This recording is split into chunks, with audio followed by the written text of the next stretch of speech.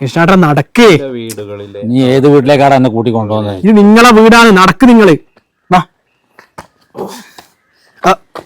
ഉണ്ടല്ല ഈന്ന വീഴല്ല, നല്ല പിടിക്ക്.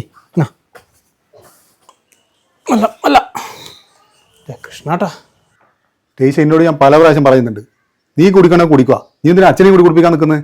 നീ എന്താ നാടാ ഈ പറയുന്നേ? ഇന്റെ അച്ഛനെ ഞാൻ കണ്ടിട്ട് വരില്ല. ഏടുന്നോ പോയി കുടിച്ചിട്ട് ആ ബസ് സ്റ്റോപ്പിൽ വീണിക്കുന്നേ ഉടുത്തോണ്ട് കയറില്ലേനോ, വെള്ളന്മാർ അവിടെ ഫോട്ടോ എടുക്കലേനോ. പിന്നെ ഞങ്ങൾക്കൊരു പാവം തോന്നി ഞാൻ കൂട്ടിക്കൊണ്ടെന്നാണ്.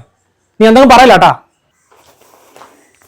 നിങ്ങൾ എന്തിനാ അച്ഛാ വെള്ളം അടിച്ചിങ്ങനെ ബസ് സ്റ്റോപ്പിലെല്ലാം പോയി കിടന്നിട്ട് നാട്ടുകാരെ കൊണ്ടുവരുമെന്ന് പറയിപ്പിക്കാൻ നിൽക്കുന്നത്? നിങ്ങൾ കണ്ട കാഴ്ച എന്നാ? എടാ മോനെ, അച്ഛന് കുടിക്കണമെന്ന് ആഗ്രഹം ഉണ്ടായിട്ടൊന്നല്ല. പിന്നെ ചങ്ങായിമാരപ്പുറം ഇരുന്ന് വർത്താനം പറയുമ്പോൾ ലേശം കുടിച്ചു പോവും. ലേശം കുടിച്ചു കഴിയുമ്പോൾ അത് കുറച്ച് കൂടുതലായി പോവും. പിന്നെ അനക്കാരോടെങ്കിലും മിണ്ടണ്ടേ? ഈ വീട്ടിൽ നീ എന്നോട് മര്യാദയ്ക്ക് മിണ്ടലുണ്ടാ?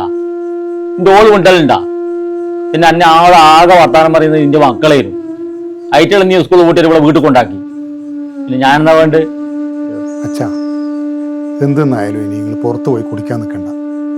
സാധനമായി കൊണ്ടുവന്നിട്ട് ഈ വീട്ടിൽ നിന്ന് കുടിച്ചോ.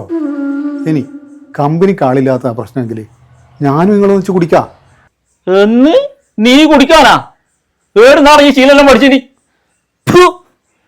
എന്താ തോന്നിയാസം ചേക്കന്റെ?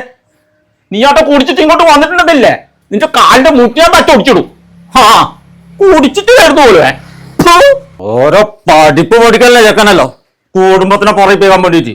നീ ആയിരിക്കല്ലേ ഇതെല്ലാം പഠിപ്പിച്ചു കൊടുത്തിട്ടുണ്ടോ ചേക്കന്? ശരിയാക്കി തരുന്നേ കുടിച്ചിട്ട് വരുമ്പോൾ.